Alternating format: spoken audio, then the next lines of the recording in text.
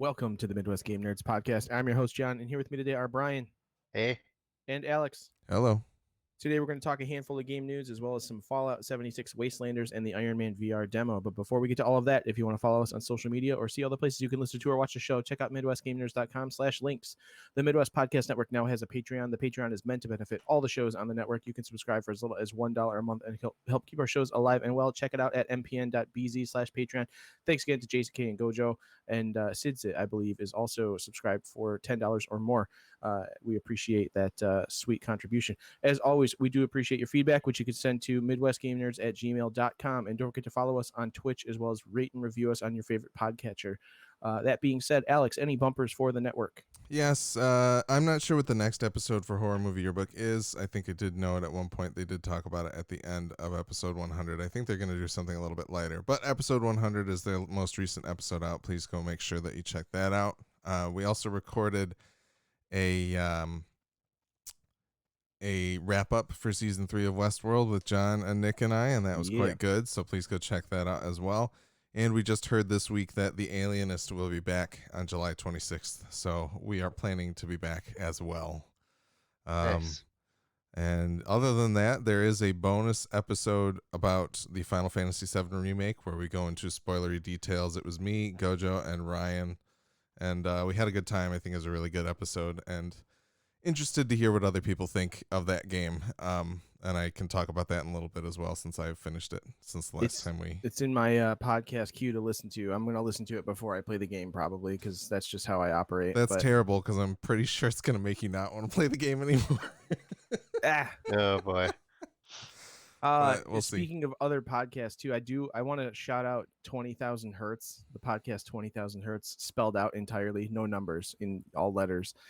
They have a bunch of episodes about video game sound effects and like 8-bit and like all that stuff, and it's awesome. That podcast is the shit. It is one of the best, most well-produced audio podcasts I've ever listened to, and I thoroughly enjoy every episode I've listened to so far. So highly recommend that. Please do check it out. Support them, support us, support podcasts in general because it's a great format. Yeah. But yeah, other than that, Brian, what have you been playing? A lot of games watching. I already own. Or watching or listening to. Oh, everything. Yeah. All content. Did a little bit more Gears Tactics. For some reason, I was in the mood to design houses and bars. So I bought The Sims 4 because it was on sale for like, I think it was $6 and some change for the deluxe edition, and I had $9 in my EA wallet. Nice. So it was like getting a free game. Because I had no idea that money was even there. Spending money you forgot about, like getting something for free. Yeah, exactly. Yeah. I was like, I can't feel bad about this, even if I only played it for like a couple nights. But yeah, like I still find that franchise to be kind of infuriating, like how much content they try to sell you outside of the regular game. It's just insane. Like, these are not microtransactions either. These are like $40 a piece DLCs. Well, yeah, and they sell you packs that are just like, here's a bunch of items that you can now purchase in the game. Yeah, those are $20 a piece. Yeah, that's crazy. I'm shocked that they don't do. Consider that. You consider the fact that like they wouldn't sell them if people didn't buy them. Oh, for sure. But I'm shocked that they don't do like a subscription service or something like that. I don't. Yeah. Maybe they do. Or maybe that's the thing is they do. You sign up for EA Origin or whatever, Origin Premium, you get all of that stuff.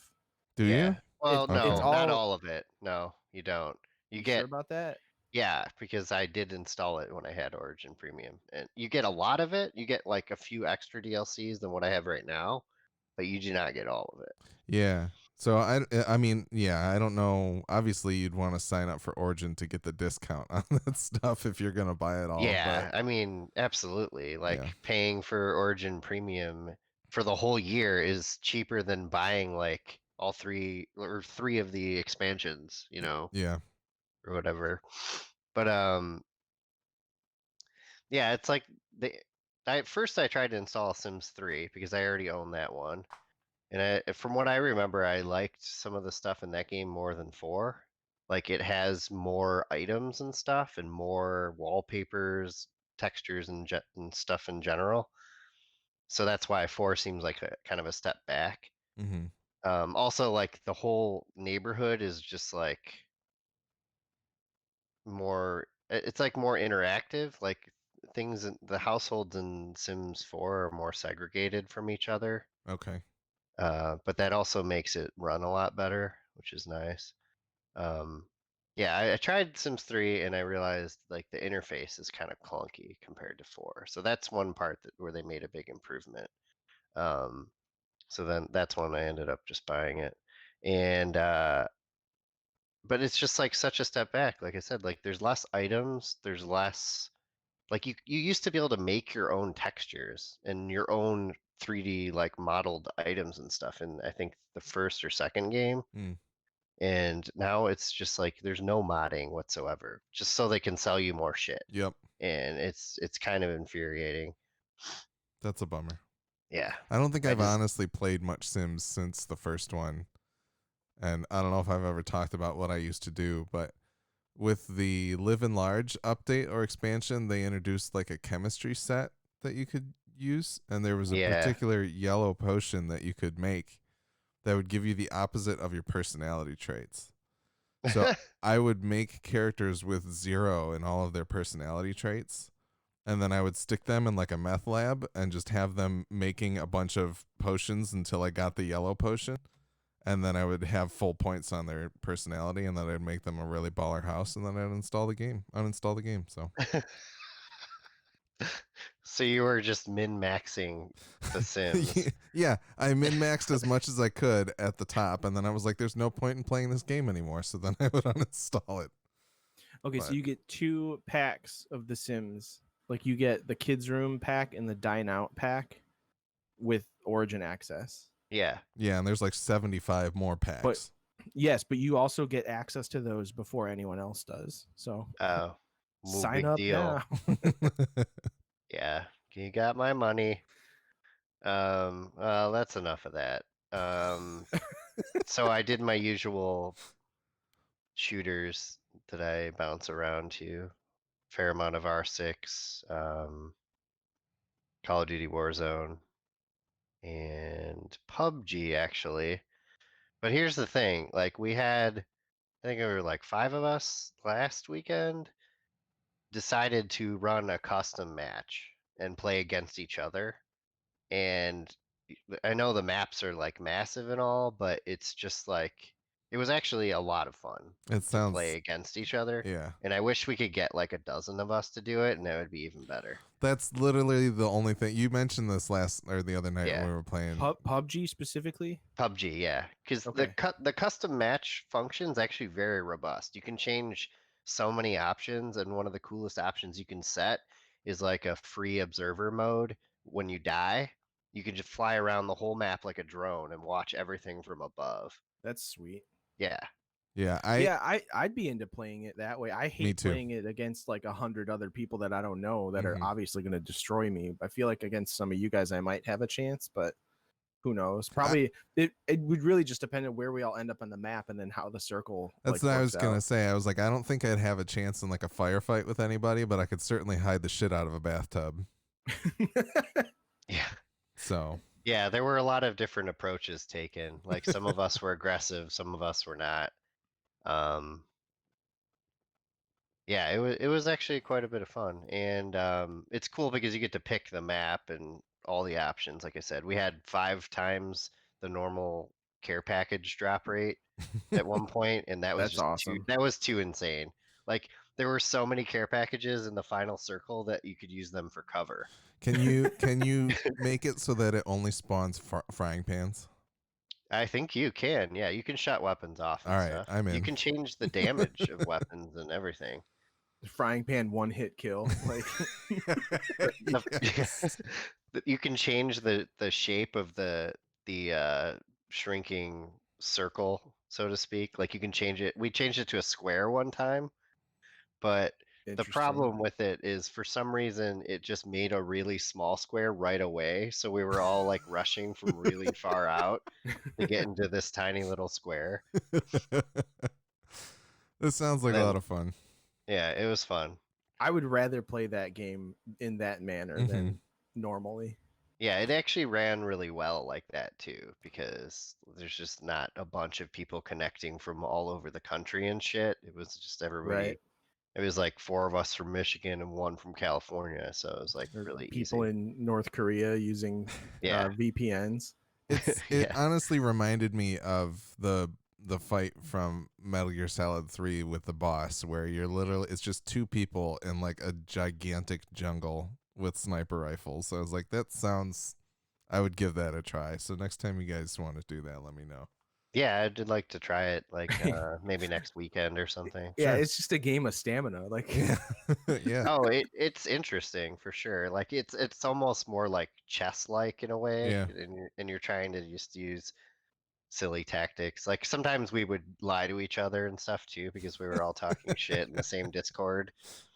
Because I Nice. mean, like if you're playing solo, there's no reason to not be in the same chat Yeah. because you're Right. not like giving your location away and stuff unless you're an idiot. Yeah. Um, That sounds awesome. yeah. Uh, what else did I play? Oh, GTA Online. A lot of GTA Online actually. on PC because it was free. Yes. I gotta say, like that game runs like a dream on PC compared to like Xbox. Are the load times any Yeah, I was better? gonna say, does it When still take 10 when you're years getting to load? into yeah, when you're getting into online, the load times still suck. Okay. Okay, But I feel like you don't get kicked out randomly as much. that's cool. And like loading into the little missions and stuff from your online lobby doesn't take as long. That's good. And single player loads very quickly, honestly, at least on an SSD. But yeah, it's just like it's so smooth. Like having the higher frame rate in a game like that is great for driving and not missing your turn and shit like that, and the shooting and everything. The shooting's cool too, because I just would use the controller for basically everything, except if I was gonna be doing a lot of shooting, I would use the keyboard and mouse, and that feels really nice. A lot better than using the controller for sure. I definitely think I encountered some cheating, which didn't surprise me, Probably. Yeah. but it didn't really ruin my fun. I just went to another lobby, Yeah. and I've noticed like if you try switching lobbies several times, sometimes you end up in an empty lobby, but it still counts as a public game, so you can do all of the event types anyways. That's cool. And yeah, of course, you can also start your own private lobby, but there's certain things you can't do, Yeah. like motorcycle club things and stuff. They've added so much to that game since I played last, so it's kind of interesting. Like the bunkers, and there's a casino. Mm-hmm. You can win free shit like every day. So now I log in like every day to try to get something free. Yeah. I got together with some of the guys on PlayStation. It was I think Nick, Gojo, Willie, Amy, me, and Rick were all playing on PlayStation the other day. It was like a week ago, 2 weeks ago, and we were just screwing around the way that we usually do. We did a couple missions and things, and those went fine. But Gojo, of course, now has a nightclub and he owns a blimp, and so at one point we were trying to pick up the sub that I own with a cargo bob and then drop it onto the blimp, and that didn't go very well. And then we also had Willie found a boat. We called it the party boat, and we would get like all 7 people standing on the front of this, or 6 people standing on the front of this boat while Willie was driving it at like top speed over sandbars and shit. So that's the type of stuff that we usually do playing Grand Theft Auto Online. But it was a lot of fun, just messing around with everything, and a good way to hang out with people during stay-at-home orders. So that was cool. Yeah, Yeah. I've only been playing with Gladish, but I really wish there were more people to play with. They really need to get crossplay or something going in there, but I'm sure that would just make that game even more of a nightmare. So I don't know, True. but Yeah, besides that, I watched like the first 6 out of 9 episodes of that Mythic Quest show, Mythic Quest Raven's Banquet. which is Oh boy, on it's on that's gonna Apple be a TV problem. Plus. That's fine. Don't worry about it. It's a cat. Um, on Apple Is TV it? Plus by the people who made It's Always Sunny, and also in conjunction or with help from Ubisoft. Yeah, I noticed they were mentioned, and I assumed they had a hand in it. Um, and also, I think it is actually based in Canada. Like, I think they mentioned Montreal. Probably, yeah. Um, yeah, I mean, the first episode I thought was kind of a drag. Like, Mm-hmm. I didn't find it very funny. They just kind of rapid fire like introduce everything going on, and all the characters seem like assholes. But I guess coming from the guys that do It's Always Sunny, that doesn't it's Makes not a big sense. Yeah. surprise. Because I mean that show's just about a bunch of the worst people ever, it seems like. Mm-hmm. Um it definitely gets funnier though. Like there are definitely a lot of moments where I was laughing out loud. Um Especially like there was one episode where I think it was the second episode. I mean, I don't want to give everything away, but they come up with this like shovel item, and then they're talking about TTP, like time to penis, Mm-hmm. because like if you give, it's like a general known rule, if you give someone like in gaming a tool of some sort, like how long will it take for them to make a penis out of it? Mm-hmm. Or make penises with it, and and that was just really funny. And it's cool because they show like a lot of the in-game like graphics, like people doing things in game, either testing or playing or whatever, in addition to like what's going on in the real world. Yeah, like they use like scene transitions with footage from like kind of texture swapped Assassin's Creed and For Honor. Like I don't know if you noticed Yeah, that, but I don't know, I can't remember much about the game itself in the show and whether or not it looks like that close to any of the other Ubisoft games. But I watched the pilot. It didn't necessarily hook me, but I've heard good things about the season overall. And I heard like episode 5 or something in particular is yes, it very special for some reason. So it's very weird. It yeah, has basically nothing to do with the rest of the show, okay, as far as I can tell.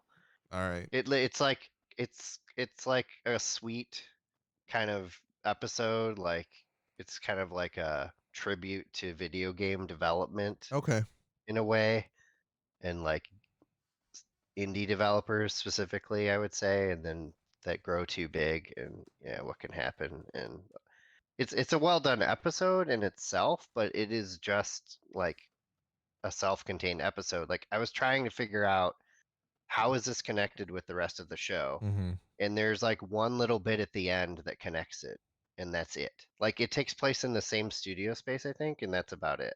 hmm. It's like Interesting. it's hit, yeah. But besides that, I mean, yeah, it's definitely a bit uneven, but I think like if you like enjoy that sense of humor and are interested in video game development and video games in general, I'd say it's worth watching if you have Apple TV Plus. I wouldn't buy Apple TV Plus to watch this. It's not Yeah, that kind of show. I actually got Apple TV for free for a year when I got my forgetting new your phone. phone. Yeah, So, yeah. yeah. I'll go back and watch some of it at some point. Yeah, I it never definitely gets better. I've really fallen off the It's Always Sunny train. Like after season 4, which was like 30 years ago at this point, I was like, I don't Yeah. know that I like this show that much. And so Whichever season it was where Frank was walking around drinking wine out season of a 4, can, that is the epitome of television. Like it is so I- that season alone is the best season of that show. Is that Hands also down. the same one where he covers himself in Purell?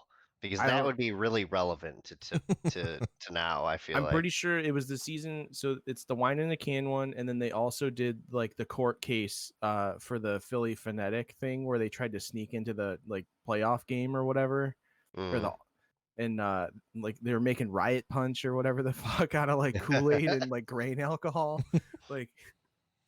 yeah. But anyways, yeah, that show's ridiculous. Yeah, Alex, what about you? What have you been playing? I've played a bunch of stuff. I did try out Power Rangers Battle for the Grid because it's And it was on. amazing, right? Yeah, It it's was on. everything you hoped it would be. It's on the uh, Xbox Game Pass for free, so that's why I tried it out. I was intrigued by it when I saw it on the Switch when it first came out. But anyway, it's a fighting game with the Power Rangers, starting with stuff all the way back in like the first season with Jason and Tommy and all of them. It's pretty bare bones. It kind of sucks because it doesn't really have like I feel like if you're gonna make a game like this, it should be like Smash Brothers, and it should have literally all of the characters from like all the seasons, right?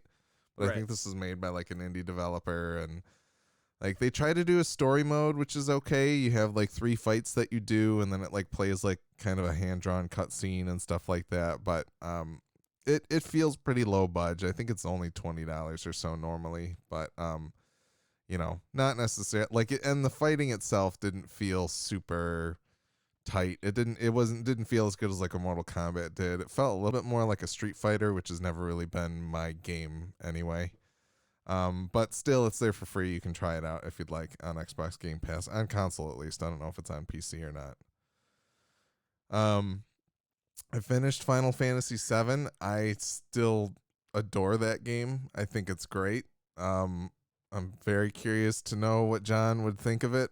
But like I said, I think if you listen to the spoiler cast, you probably won't want to play it anymore. But it's great, so that makes no sense to me. I think it's fantastic. But Not there everyone are else did. no. So I think Ryan and I were on the same page. Gojo is more disappointed with where things end up, and I totally think those are valid complaints, and I don't blame him at all. I don't think he's being like dramatic about it or exaggerating it or anything like that. I think any complaints that people have about it are pretty valid, but I like the way things have kind of settled out, and I'm chomping at the bit for more. Like I cannot wait for the next game. So take that as you will. There's a spoiler episode for people to go listen to if they would like to listen to it. And I'll try it all out in 20 years when it's all done. there you go. Yeah. And in terms of a few other things that I have played, I checked out a PSP emulator to start playing some of Crisis Core, which is the Final Fantasy VII prequel that came out on PSP back in the day. PSP emulator technology is pretty good right now. Like that game looks pretty nice, save for some of the pixelation and like the cutscenes because they were rendered at like probably 200p or something like that. I don't know. But the rest of the game looks pretty good. Like in-game graphics look nice and smooth and upscaled, and that's pretty cool. So I might actually give that a try and try to play through that because I never finished it back in Was the day. PSP like basically equivalent to like a PS2 graphically, or Yeah. It was kind of it could give you similar graphics to that. It wasn't necessarily that powerful. It was on a smaller scale, obviously, but that was like kind of it came out towards the end of the life of the PS2 as Mhm. PS3 was coming up. So Yep. okay. Yeah. So the games look okay. Honestly, they probably look better than some of the stuff that's on PS2, especially with this upscaling that you can do to it. But it's it doesn't look bad. PlayStation 1 games certainly look a lot worse. But yeah, and then I'm trying to think of what else I played. So I did play through The Last of Us Left Behind. Because I watched I think the IGN recap of what happened in The Last of Us to kind of refresh myself. Left Behind is probably one of the best DLC packs that I've experienced. Like it feels like it could have been part of the game, but I kind of appreciate that it wasn't. It kind of takes place over 2 timelines, one of which is at a point in the story where you are playing as Ellie because Joel has been incapacitated, and the other part takes place prior to the 30 years later that Joel, like it's kind of just before you meet up with Joel 30 years later at the beginning of the original game. and it fleshes out the characters so well and gives you so much more depth to Ellie and why she feels the way she feels about things and what kind of happened to her leading up to the story that you see. And it's very good, and it has me somewhat excited for The Last of Us 2. But I it's funny, I know that at one point I was good at that game, but that time has passed, and I'm not good at it anymore. And I'm curious if there's been like weird quality of life upgrades that they've done to like Uncharted 4 that made me not feel like I was still terrible at that game. So Well, I'm kind of curious to see how Last of Us 2 feels in that respect.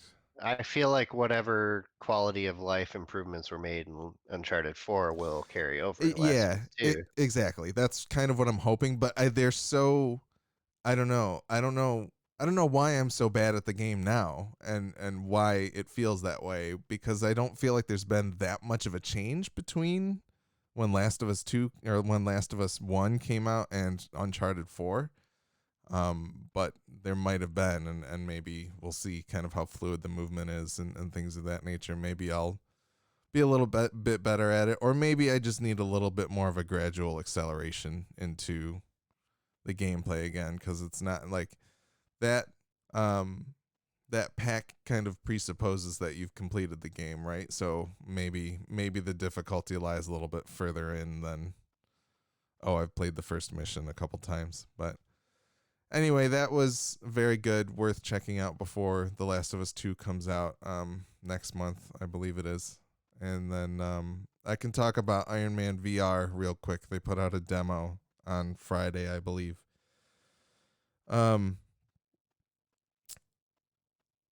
This is on PSVR only so far. I think it's actually developed with Sony in development with like Camouflage and other companies. So I think it is going to stay PSVR exclusive probably. It's okay. It's not incredible. It's not everything I want it to be. It can make you feel like Iron Man, but I don't really feel like they do a good job of helping you learn how to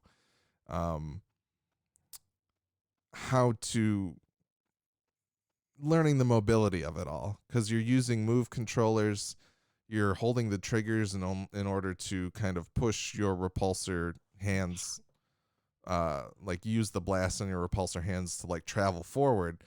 But the weird thing is you don't have any foot controls, so like Tony's foot blasters or foot jets aren't the thing propelling you.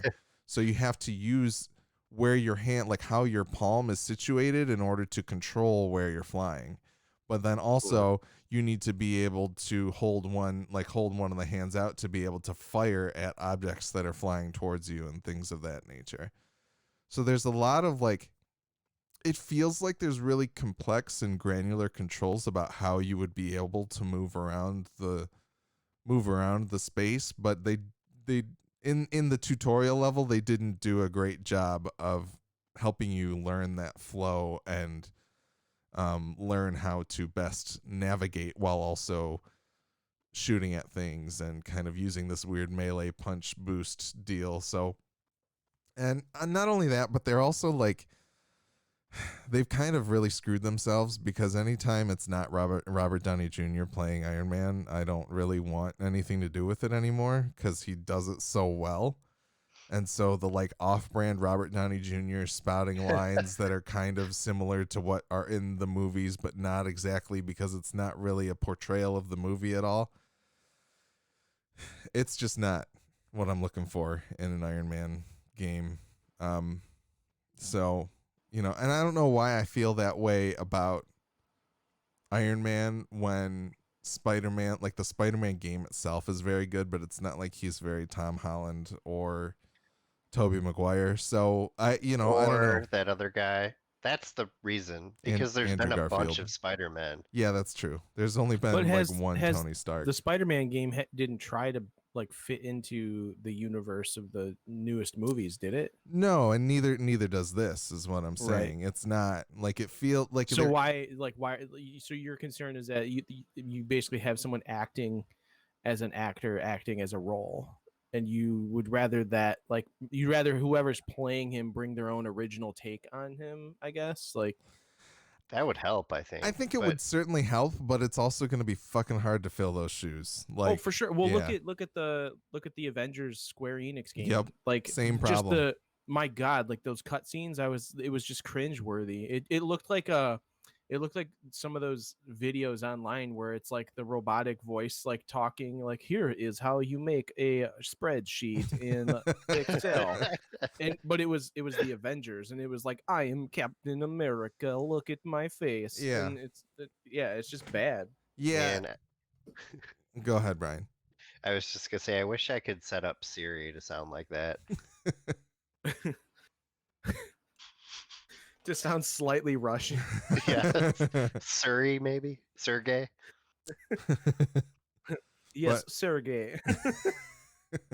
At least you wouldn't like it wouldn't boot up every time you say seriously if you had to call him Sergey. But anyway, Yeah, exactly. That happens to me all the time. every day.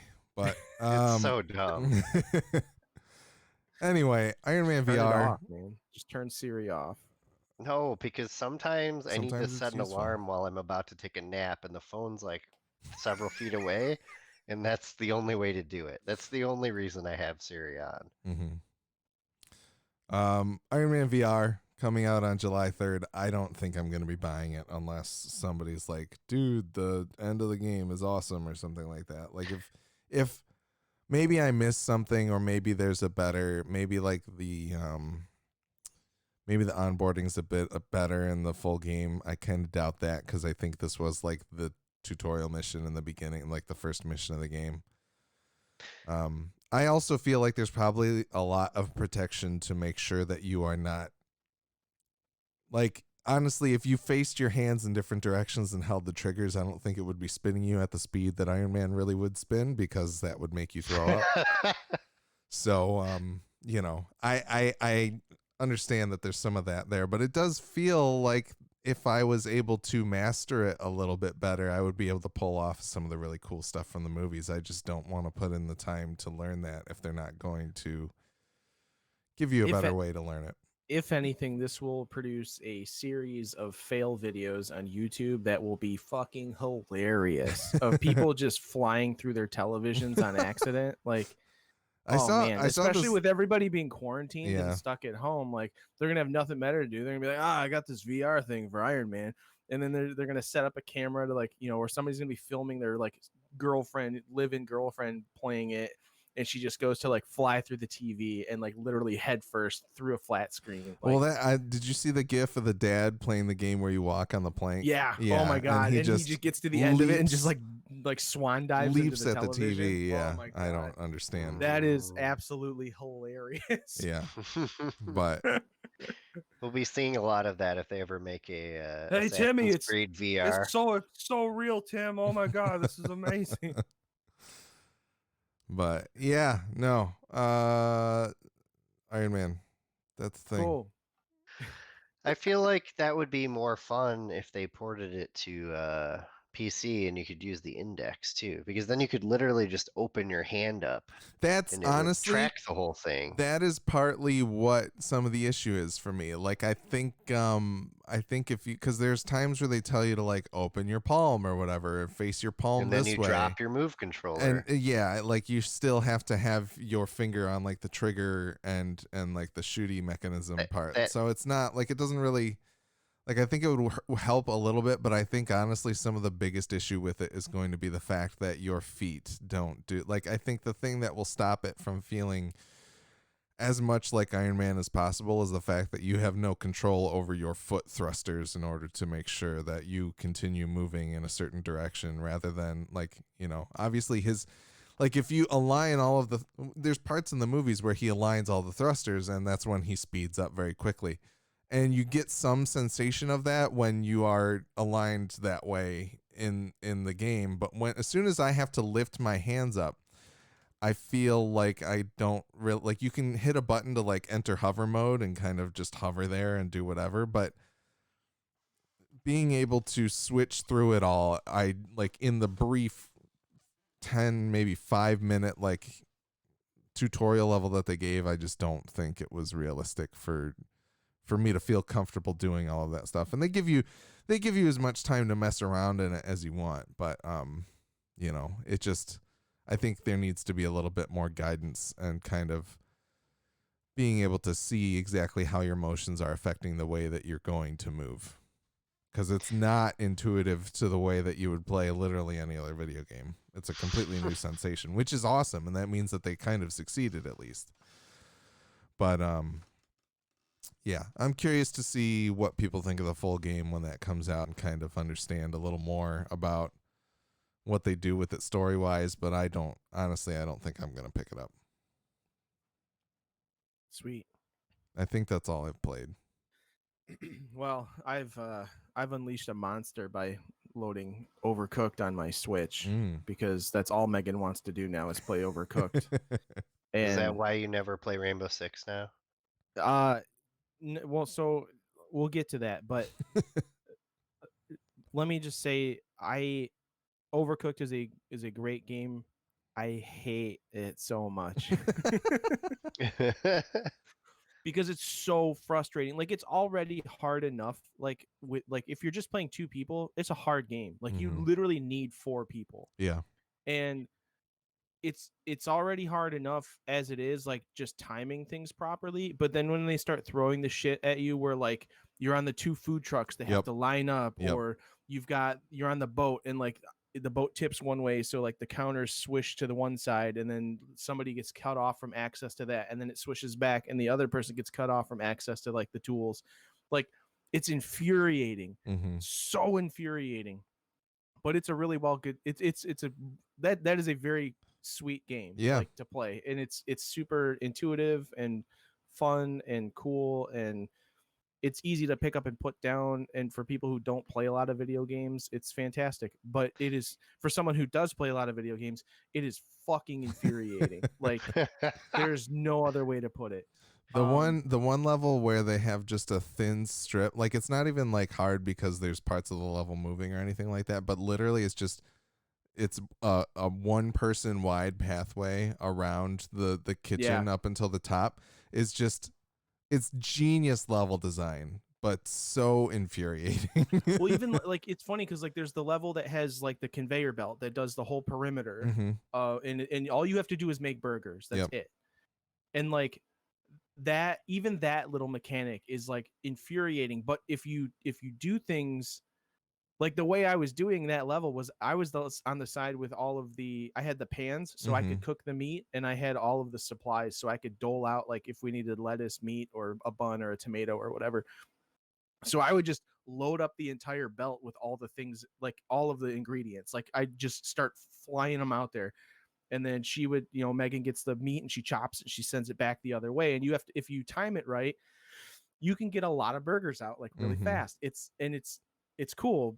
But then you get to like the next level that has that conveyor belt, and it has one belt that leads right to a garbage can to the left, and one belt that leads right to a garbage can to the right. And there is like a very small space where you can grab what you need to grab, or like set down what you need to set down. And that level was, I'm just like, are you fucking kidding me right now? Like, or then you get the level where you're on like a plate of ice that's like tipping in the ocean. And what the hell? And you're trying to like go around, you like, the whole cooking area is in the center, and you have to go around it to pull the supplies and chop them and get them over to like the boiling water so you can make the soup. And then like, as you're running around, like you're trying to like not fly off the edge because of the ice, and you have to like compensate for that. Like, just that, like, fuck those guys for coming up with that, because it's genius, but it's like, it's addictive, but it's so infuriating. Like, it kind of gives it endless replayability though, because it's like every time you try to do it, you're gonna get better at that one level, but it's like just that one level, right? Like, we did the food truck one time, and we got enough to get 1 star, and I was like, I'm done with that level. We're moving on. Like, but anyways, so yeah, I've been playing a lot of Overcooked. We bought the Jeopardy game like on Switch just for fun, and it is actually like a lot of fun to play trivia if you like that kind of stuff. And I dominate like everything except for Final Jeopardy, because I always bet everything on Final Jeopardy. and it's usually some question that I have no clue what the answer is. But it was like $6 or something like that. So it's made by Ubisoft. I love Ubisoft. They can take all my money. That's fine. I have not been playing a lot of Rainbow Six because work is actually surprisingly busy, and I've been working later than I want to. But it's something I feel like I need to do because we're in a position where can't really say no to work because got to make money come in so that I can keep getting paid. So that's very important. I have been spending free time playing Fallout 76 Wastelanders, which, if you recall, listeners, we were not that keen on this game. It's fun, but it's not that fun. It is more fun now. They added people and like a storyline that is a little more cohesive, and there are more people in the world to meet and talk to.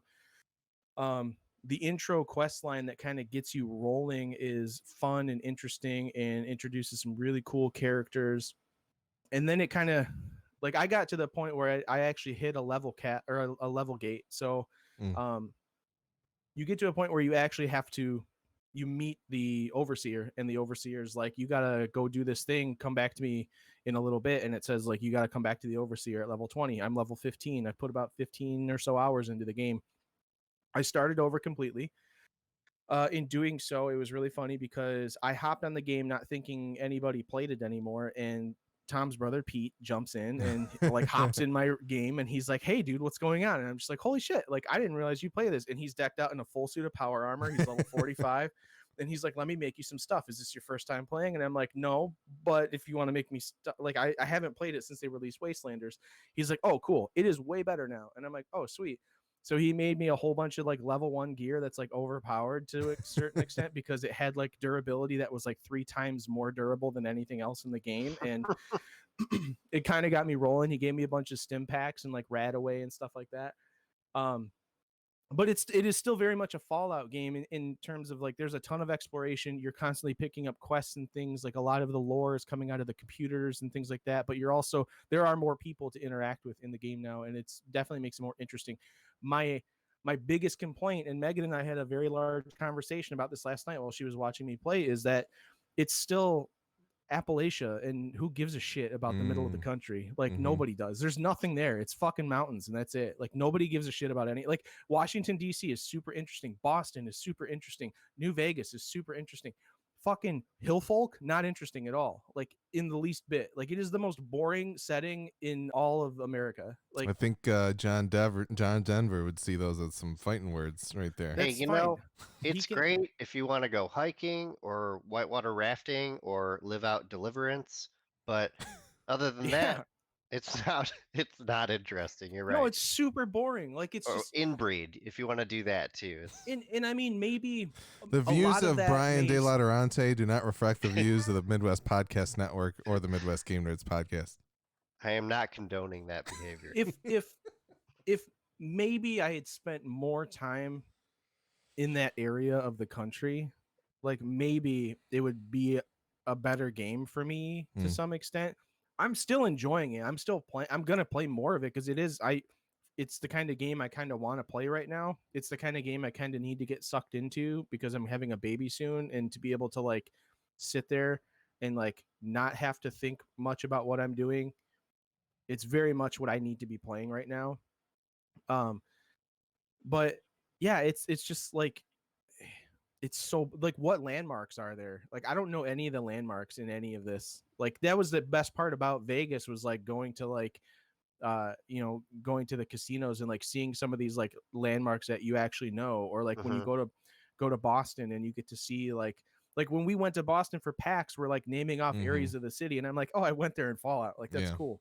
Yeah. Or like you go to DC and it's like, oh, here's the Washington Monument that's been destroyed from like halfway up, and you have to go to the top of it to like put a satellite thing up there or whatever the hell. And there's a giant super mutant near it. It's the same thing with like the Division 2. Like, oh, here is a replica of Washington D.C. that you've been to in your 8th grade science class trip to like take you to the Smithsonian, and like here are a bunch of museums that you've been to in real life, and like that was really cool. I've never once like traversed the mountains of Appalachia. And like I don't care. Like it's well, and that was a really cool forest. right. Yeah. Hey, let's go make moonshine. That would be cool. Honestly, I've had that problem with every Fallout game since 3 because I don't care about Vegas, and Boston's okay, but like there's I mean, something even about Vegas, like Vegas wasn't even that big of a deal, like in terms of landmarks, because there really weren't a ton of landmarks in Vegas. Vegas was cool because it added a whole bunch of different gameplay mechanics to the Fallout universe that Yeah. were fun, and like it's arguably the best of the series, if depending on who you ask. Which is fine. Like I love Fallout 3. I think like even Megan was like, if you like the third one so much with Washington DC, why don't you just play that one? And I'm like, well, I don't think I can play it without like buying it off of like PS Now or anything like that. Like I have to pay for it, which I own it already on Xbox 360 and Xbox One. You could throw it in your Xbone then. Yeah, but then I got fucking disconnect. Have you seen all this shit No, that I got know, disconnect? It's I know, fucking. I know. That TV's so big, there's no way to reach around it. It's terrible. That is the most first world problem I've ever heard in my life. My TV's too big to plug things in. It is. Hey, you know what? That was very difficult to set up by myself. I can trade you the 40-inch for that. I don't want your 40-inch. It's really dim and kind of sucks. Yeah, no, I'm good. But anyways, yeah. To get back to it, there was a deal on PlayStation. PS Plus was like $30 or something like that. I sprung for that and decided I was going to hop into Wastelanders. I'm happy I made that decision because it feels better. I do like it.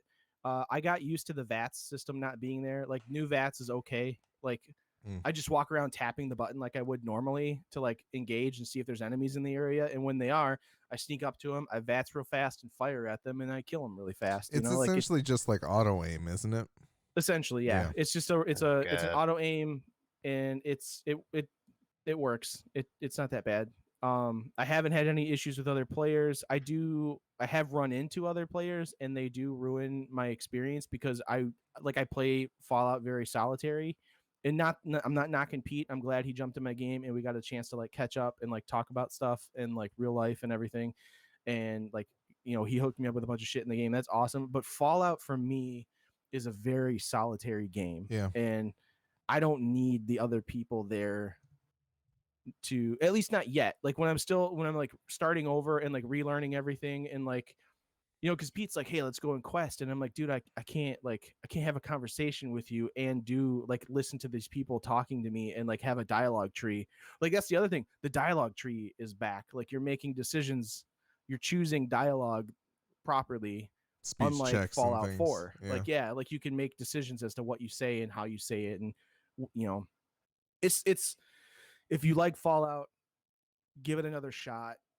I think it's totally worth it. It's on sale right now too, I think. But yeah, it's Fallout. It is what it is. I like it though. I'll keep playing it for a little while. And I just bought other stuff too. I was telling Alex on Epic. Obviously I got Grand Theft Auto because that was free.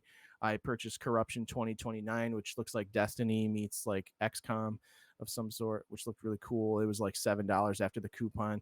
I bought the Control DLC pack because that was like nice. $15 after the discount.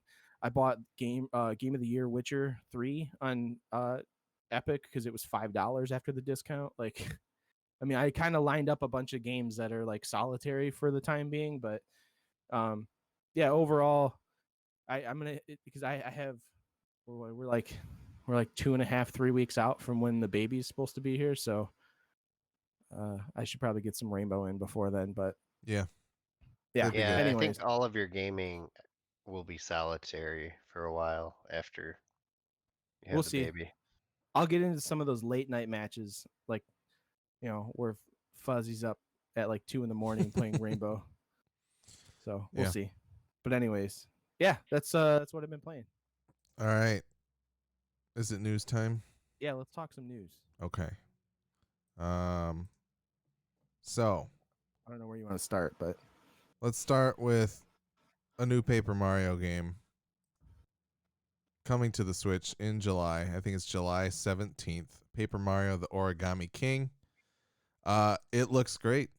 I'm excited, and there's a lot of people touting it as like a return to the Thousand-Year Door, which is the last very RPG-ish Paper Mario game. And that sounds great to me. But it's really cool because there's kind of like distinct types of paper art in the game, and it Mhm. kind of looks like the origami stuff is like being treated as like the evil of the game.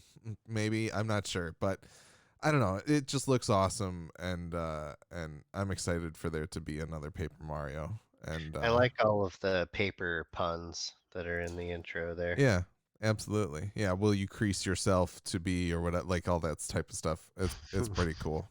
But yeah, I'm pumped.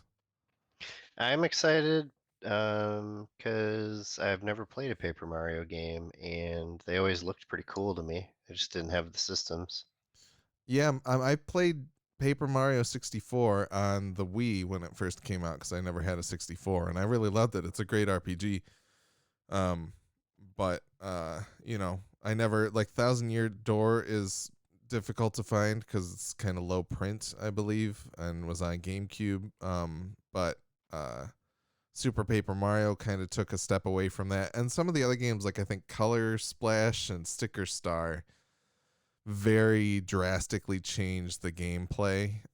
So it kind of people weren't as happy with that as they were with the original ones, the first two. So this looks like it could be a little bit of a return to that, and I'm excited to see how it turns It out. looks like there's a lot of different types of gameplay in this game, Yeah, which is interesting.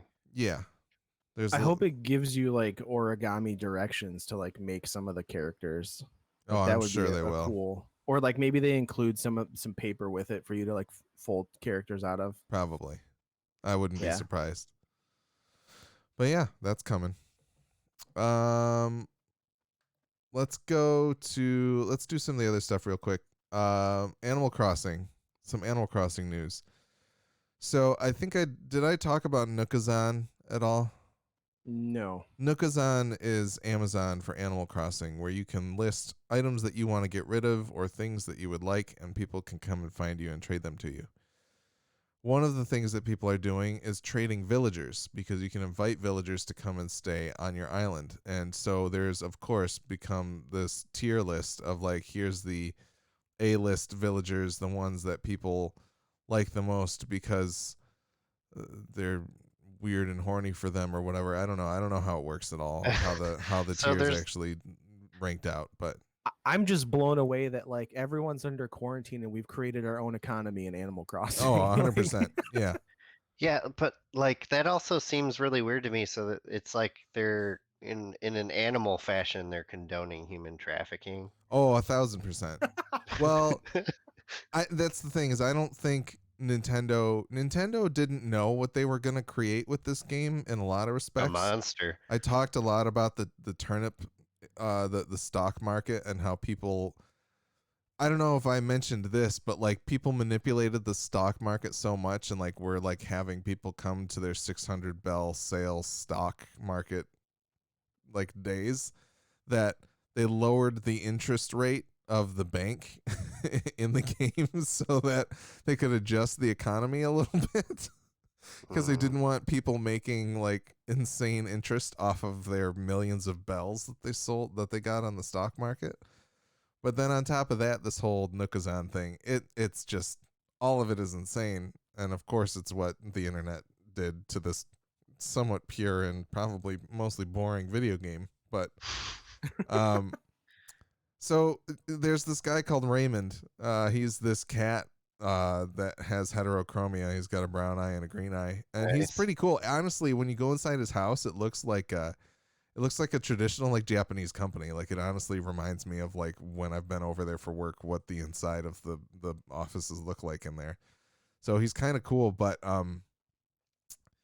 he's like one of the most sought after Raymonds or villagers. His name is Raymond, and he so there's a hacker who's gone in and like basically found a way to get Raymond into his village and then offers him up to people that would like Raymond so that they don't have to pay the exorbitant prices on Nookazon in order to get Raymond. Which is just insanity. Like I don't understand how or why. Where was this guy in real life with toilet paper? I mean, come on. Like, Yeah. Yeah, this is the modern day Robin Hood is taking Raymond from the rich and giving him to the poor, I guess. Well, But let's clone useful things. yeah, unfortunately, I don't think the skills to clone things makes its way outside of Animal Crossing. But yeah, it's a crazy story, and there's Polygon has a good write up of it, and it's a lot of fun. But yeah, it's crazy. The whole Animal Crossing's crazy. yeah, yes it is. Brian, you posted the story about System Shock 3. Yeah. Basically, like development was stalled and kind of unsure, and then I guess Tencent stepped in to like provide funding. Sorry, I'm slightly distracted by outdoor noise. That's okay. Um, that's the gist of it, from what I understand. So Tencent will have their hand in yet another video game company. Yeah, I don't At least this necessarily. game will go forward. That's kind of like the thing that I walk away with it as is like if it's like this game doesn't happen or Tencent gives them money for it, like I'm fine with that. It was probably going to be an Epic Store exclusive anyway at some point, right? So, Yeah, I would like that. but Well, it's definitely I mean, going to if be they an give it away exclusive for now. free, I should say. oh, they won't give it away for free. No, No. it'll not for like several years probably, but yeah, so they apparently didn't have a publisher like in May of 2019, and they had a bunch of layoffs at Other Side Entertainment, which was the company that was working on it. But yeah, I'd rather see this game than not see it at all. So that's cool at least. Feel how you will about Tencent and their kind of multinational conglomerate. We're gonna have a hand in everything, but yeah. So. John, what's Ubisoft doing? Ubisoft is suing Apple and Google for selling the Rainbow Six knockoff. I don't know if anybody actually saw this game. It's called Area F2. I glanced at it and I considered downloading it so I could play it. But it is literally a complete ripoff of Rainbow Six Siege. I feel like they could have done better with the rip-off name. It could have been like Spectrum 7 or something. Sure. I don't know. I'm down for that. Multicolor 8. It's really incredible watching. So I have some of it pulled up on the video for people, but it looks like they copied like levels, like the entire UI. It has like Old Hereford Yep. base. Like, I mean, everything about this is Rainbow Six. There's a Oh there's my a gosh, Tachanka even like the reinforcements look the same. yes. But What- yeah, what- so the company Ubisoft sued Apple and Google to take it down. They ended up actually taking it down, I think, earlier this week.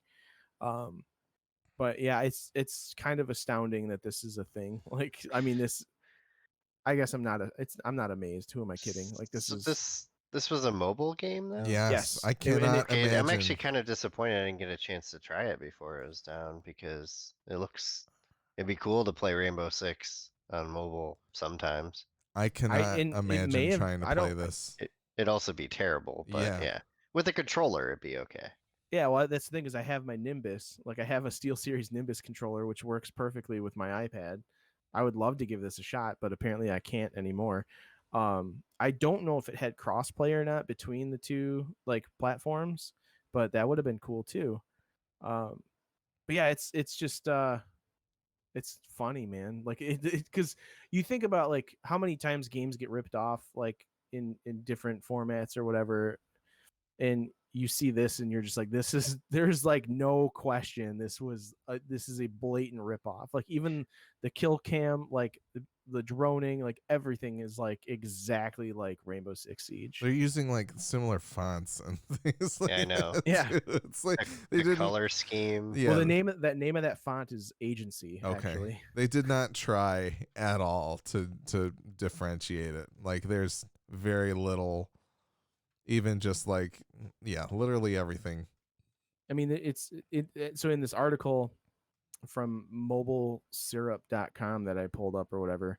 It says that it's unclear how many people play Area F2, but Rainbow Six Siege is a particularly popular multiplayer title on console and PC. In its lawsuit, Ubisoft notes that the game has more than 55 million registered players, with more than 3 million playing the game every day.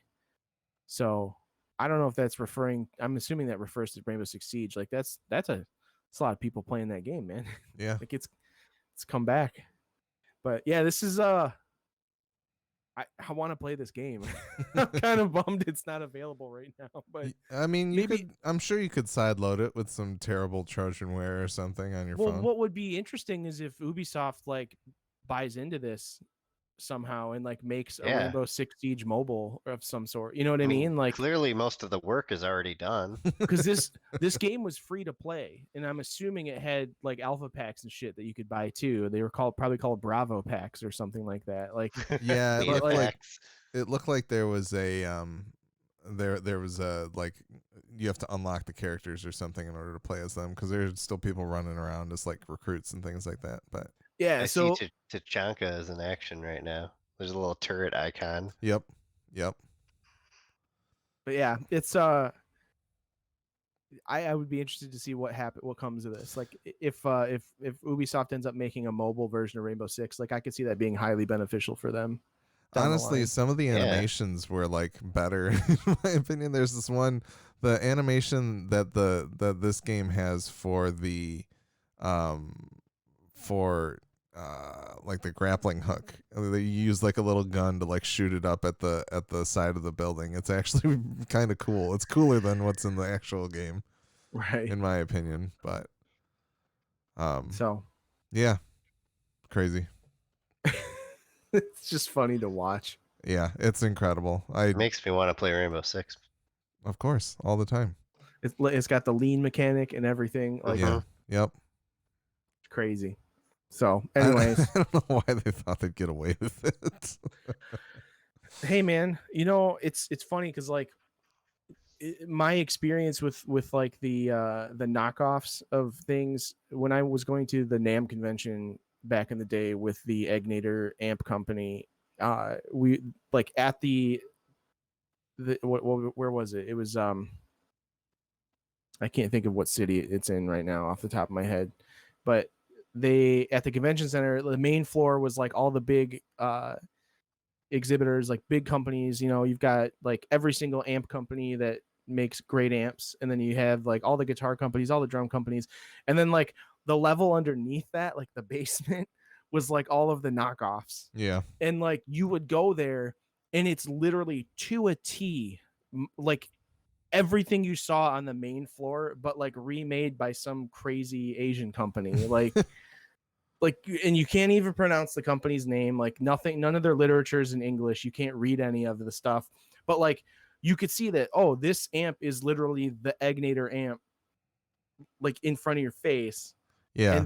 And they don't care. Like there is no like patent law doesn't exist the way it exists here in America. Like it's crazy. Well, like, and it's like simply if all the or if a lot of the manufacturing for some of these things is happening overseas anyway, they get a lot more information about the manufacturing process than than other people do. So it's a lot easier to be able to copy people's intellectual property. So it's crazy, but yep. Yeah. So, anyways. All right, our last story for today. Sony put out an 18-minute presentation of Ghosts of Tsushima gameplay. Brian, did you get a chance to watch it? I did, and it's it looks very pretty, that's for sure. Gameplay wise, it kind of, well, I don't know. Do you want me to get into my thoughts at all? Sure, absolutely. Let's hear it. Gameplay wise, I felt like it was a it was very much like a cross between the more modern Assassin's Creed games and The Witcher 3. Like it looks pretty much like that. I mean, but it is cool. I liked how you can do like they showed the same mission in two different ways, like tackling it full on with force and tackling it with stealth at Yeah. night as a ninja. There's like the honorable samurai way to like Yeah. walk up and be like, I plan on killing you all. Please fight me now. And then there's the like ninja, like I'm the cowardly way is what they say, and where you kind of come in and stealth kill people. And that's all based on like your armor too, right? Well, there's different sets of armor that are more advantageous to different play styles, I believe. Right. Yeah. So It yeah, combat wise definitely looks like it's more enjoyable than The Witcher, but but who knows? We'll have to see how it plays out. yeah, it's weird. I don't quite grasp the like it feels because they're doing it in like a very stylized like there's even like a samurai movie mode that you can turn on where it puts it in black and white and kind of gives it the more dramatic flair of like old Kurosawa films and things like that. But like Is the English dialogue offset from the mouth movement? I I don't know about that one. Great. But they did say they are including the Japanese voice tracks if you would like to switch to that. So that's pretty cool as well. Yeah, actually, the samurai mode, they show it with all the just the subtitles. Yeah. But with Japanese language. But like it looks like kind of Sekiro-ish in terms of like, you know, being able to parry and kind of attack that way, but it also feels a little Bushido Blade like too, kind of, you know, like very That's exciting to me. yeah, that's kind of the impression that I got of it. But I don't know, once we have it in our hands it might be kind of a different story, but god damn does it look gorgeous. It's just so I wanted to speak about the graphics because it's crazy looking. The lighting specifically is like incredible, but I feel like they did kind of dumb down textures a little. Is that like, are you seeing that at all, or is it just me? I have a hard time. So I was actually watching this on my Apple TV on my 4K OLED TV, and I was like, God damn it! I wish they would have uploaded this trailer in like 4K UHD. Full on HDR. I found a 4K version of it. Okay. The one that you guys linked wasn't 4K, but there was another one that was. I think I was just watching off of IGN or something like that. But I even went to go because I know Google's currently still like making YouTube. They're automatically down resing to like 720p or something like that on most platforms. But I like Thanks I for had neutrality. I had a hard time understanding what was poor video quality from the upload and what looked like maybe, like you said, sketchier just textures or things like specifically that. like if like in the scene that you were currently seeing right now in game, like in this trailer or whatever, the grass and the leaves and everything look amazing, but the horse's tail looks like shit. Like yeah, well, I don't know if they're using I NVIDIA think- Tress effects or not with this one.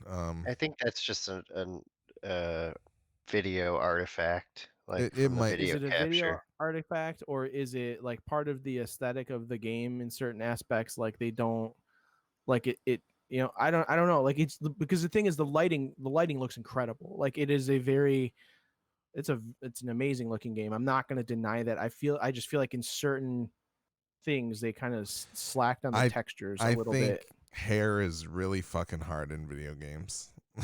Like I mean, not they with could NVIDIA Hairworks, but even you know, with NVIDIA Hairworks, they could have they eased don't up have on NVIDIA Hairworks I because it's would have all been AMD. okay with I would have been okay with them easing up on the grass a little bit and putting a little more into that horse's tail, but that's just me being a nitpicky piece of shit. So I mean, you do see the horse like all the time, so it right. would be Well, nice. you also see also apparently see grass grass all the all the time. You know, Look at how great that flowing cloak is right there.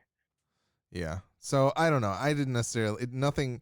I'm not trying. Like I realize I I'm hear being you. ridiculous, but it's just like, yeah, I don't know. Nothing quite stood out to me where I was like, ooh, but I did like it is cool to me that like one of the things that they talk about is how you should pay attention to animals and like wind and smoke and things like that. Like it looks like they've tried to use the natural environment to signpost you to cool things in an interesting way, similar to like a Breath of the Wild, you know, to some extent. So it's kind of cool. Like there's this one part where you can see that there's this canary or something flying through the screen, and he follows it along, and it leads him to somebody who needs something from him, and things of that nature. And I think that just sounds very cool. It feels like a very like Shintoistic view of like the earth will tell me what I need to know and what I need to do, which I think is very in line with like Japanese spirituality. So that's cool. But I'm very Plus, excited for it. it's a fox, and they're cute. Yep. Yeah, I said after I watched this that I was like, I feel like I'm more excited for this than I am for Cyberpunk, which quite honest, like I don't even think that's hyperbole. Like it's weird. I don't care about like American Sword and Sandals, but anytime samurai come up, I'm like, okay, I'm in. But To be honest, you said that, and I was like, So I watched this trailer, and then I immediately loaded up like that 45-minute long Cyberpunk thing, and I watched like 5 minutes of it. I was like, nah, I do not share that view. I'm still way more pumped for Cyberpunk. that's fine. I don't know. Like the Cyberpunk thing for me, like when I turn on that 45-minute thing, I'm just kind of like, all right, this is cool. First person, things look pretty, and cyber stuff. But I still feel like I don't know. I have a much easier time enjoying a narrative being put before me if I don't need to be the one that makes it good. And I feel like Cyberpunk and CD Projekt Red are very good at being like, there's so much story out there for you to discover. But I'm a very lazy person. And I would like to be Well, it's not even just lazy, but it's also shuttled just from the story by a fox and a canary rather than just like go and find stuff to do. So well, it's I don't know. also that whole like open world fatigue kind of thing in general. Like that, and yeah, CD Projekt Red is very good at that. Like very good at that. And it's cool that this game is a very large open world, but has things that like direct you in a way. Mm-hmm. Yeah, Whereas like that's so it, cool. yeah, this is like Samurai Skyrim is what this is, and that's cool. But like to even take Skyrim as an example, or Fallout for that matter, like a lot of the discovery of the game is like you being pointed in one direction, and then as you're walking in that direction, like you come across like a million other quests, and then you just kind of feel overwhelmed. Like I kind of hope this doesn't have that, but Yeah. um That's the thing. To me, Cyberpunk, I feel like I'm going to be. I might be very easily overwhelmed if I don't like immediately buy into it. This to me feels a little bit more my speed because it's like, what the hell is a samurai going to be doing? It's not like he's going to have like 30 quests in his book. I mean, it's cool. Like, there's not really any like samurai games that don't, at least modern ones that don't buy into some sort of magic system. Yeah. Like, I mean, like even like Sekiro, there's all those crazy monsters, and same with Neo, Yeah. and but this just looks like it's pretty like Straightforward. standard, Yeah. which is cool though. I like it. that's Bushido Blade, man. Yeah. That makes me want to play that game. I always like playing the bamboo level. Yeah. You knock down all the bamboo shit and it falls over. And absolutely. No, I like one of the things that I really liked is his animation when you're done with the battle.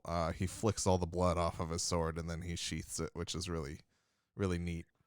yeah, I guess the real reason why like I'm so ready for Cyberpunk versus like a game like this is I've had my fun running around wilderness areas and riding horses and stuff in games for like a decade, and I have not had much experience running around a fully realized cyberpunk world, and that just sounds fucking cool. I totally get it. when I think like a lot of my excitement for Cyberpunk comes from the fact that they do plan on releasing a multiplayer version of it, which is just like mind blowing to me. Because if it ends up being, I don't know how many people know this, but Cyberpunk 2077 was based off of a tabletop RPG, Yeah, which I they've knew that. since rewritten because of the popularity of the video game. Like they've actually started remaking the tabletop, and I think they're going to re-release all the books and everything for it too, which is intriguing. But similar to Vampire the Masquerade Bloodlines, where it had like an online system for you to have a dungeon master bring players in and create your own stories and things. I'm hoping that's kind of what they're going to do with Cyberpunk, is allow people to have that sort of freedom as well, which is exciting to me because I play D&D and I like it, and it would be fun to have, you know, some kind of online component to that sort of world where you can do all that stuff with your friends and like Yeah. play out one of your other friends like storylines or something, however it works out. Like, it's just intriguing to me, and I mean, I'm excited for Tsushima too. Like this I game guess looks awesome. So I would be more excited if I still had my PlayStation.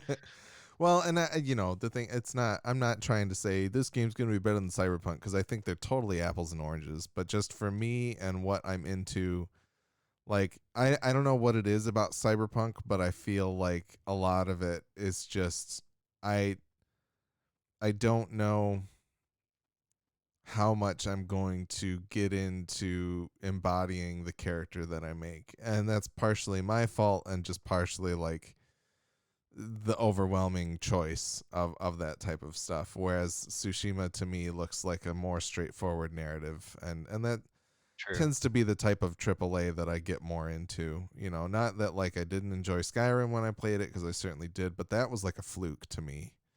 And You so enjoyed Fallout 3 too.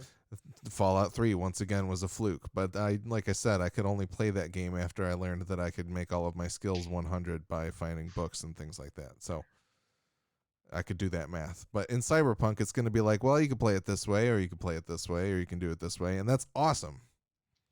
But it also just gives me massive anxiety to kind of be like, well, is my build going to allow me to do the things that I want to do in this game? And I don't know. It feels like there's going to be a lot to learn on how to like optimize for what you would like to be doing, which is very cool, but not always necessarily what I like doing in video games. I think you'll get more out of the multiplayer version of Cyberpunk whenever that comes out, because you can just play with us and we'll be like, hey, Alex, can you hack all this shit for Yeah, us? exactly. See that? Yeah, that's the thing. yeah, It's While we like, shoot we need a everything. hacker for our crew. it's Yeah. sure great. Give it to me. Like, if I guess if I can play this game from like a standpoint of like, is there? Hopefully, there's a type of character that doesn't go outside at all and just sits at a computer and he completes the game that Oh way. yeah, they're just jacked into the net the Yeah. whole time. Sure. Like if that's a playable way to finish the game, then it'll be fine. Customized your genitals to not exist, so you never have to go to the bathroom. So your character just sits in a chair all the time. You're like Pearl from Blade. He's you go. here. He's here. I There don't you know. go. I'm gonna have some crazy barbed shit going on down there. Oh Jesus. God. Can't wait. But anyway, On that note,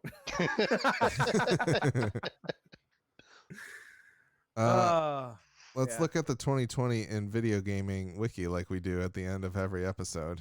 Oh, you mean you don't have it already pulled up? No, of course not, because I never do. I know that Mortal Kombat Aftermath is coming out next week. I bought it. So I'm gonna play through that and see how that goes. I'm interested to see how it goes. Awesome. So that will be good. We also have Minecraft Dungeons coming out on Tuesday. I'll try that out. I Sure. would be I down think to I check have that that out. pre-installed already. Well, it'd be cool if we could figure out how to play together. That would be cool. Like when we could do that. Yeah. But other than that, there's still some other stuff coming out. The next big game that we're probably gonna hit, I would guess, would be Last of Us Part 2. I'm gonna play that. Brian can't because he doesn't have a PlayStation. I would love to play that game, but it's not in the cards. Yeah. I'm not picking up a PS4 again just to play these two games when I can. I want a PS5. When you can buy a PS5 and never play these games. No, I can still play these games unless they don't do that. You know? I'm just saying, because time will pass and you'll be like, oh, there's other games to play now. But I was very tempted to pick up Maneater, but I ultimately feel like it's a game that I would pick up and play a bit of and think was hilarious, but I would get bored of it quickly. So Yeah. I want to just wait until it's like a bargain bin title. IGN gave it a 7 out of 10 and said it was good, and it's about 15 hours long, I think. So Oh, really? yeah, I assumed it would be more open ended like than that, like longer. But Who's got the whatever. ice cream truck near them? Because I'm down for Me. some ice cream. Um, That's the cat. it's a very talented cat. Yeah, Gojo picked up Maneater. We'll see what he thinks of that. I can get some thoughts from him, or we can have him on or something, depending on what we end up doing next episode. But I think Minecraft would be cool, and some Mortal Kombat, and we could always play some Phantasy Star Online too, because that's finally being released. Oh yeah, that comes out next week too, right? Yeah, it's on Wednesday, the 27th. Yeah. So that should be interesting. But yeah, other than that, Xenoblade Chronicles Definitive Edition. I was not trying to be racist there. Is coming out for the Switch on the. We don't find racism funny. Nope. We just Unintentional racism apparently is very funny. The 29th of May. This is a game that came out for the Wii originally, and then it came out on the 3DS. I would like to check it out because I've always wanted to check it out, but I may or may not do that depending on what else I have going on. I had a really hard time finding stuff to play for this episode. same. So I just played a bunch of stuff I already had. There you go. But it just, I was so hooked by Final Fantasy. Well, we all have Game Pass, right? Yep. Yep. So they just added Alan Wake. They did. I already own that game. Maybe we should do an Alan Wake like retro review for next episode or something. That would be pretty cool. On top of Minecraft. everything else, Minecraft and whatever else. Yeah, that sounds like it'll stretch us thin. Sea of Thieves. Destiny 2. I'm not even going to try anymore. I'm just going to go man a boat by myself. All right. Good luck. Anyways. If you want to follow us on social media or see other places you can listen to or watch the show, check out MidwestGameNerds.com/links. The Midwest Podcast Network now has a Patreon. The Patreon is meant to benefit all the shows on the network. You can subscribe for as little as $1 a month and help keep our shows alive and well. Check it out at mpn.bz/Patreon.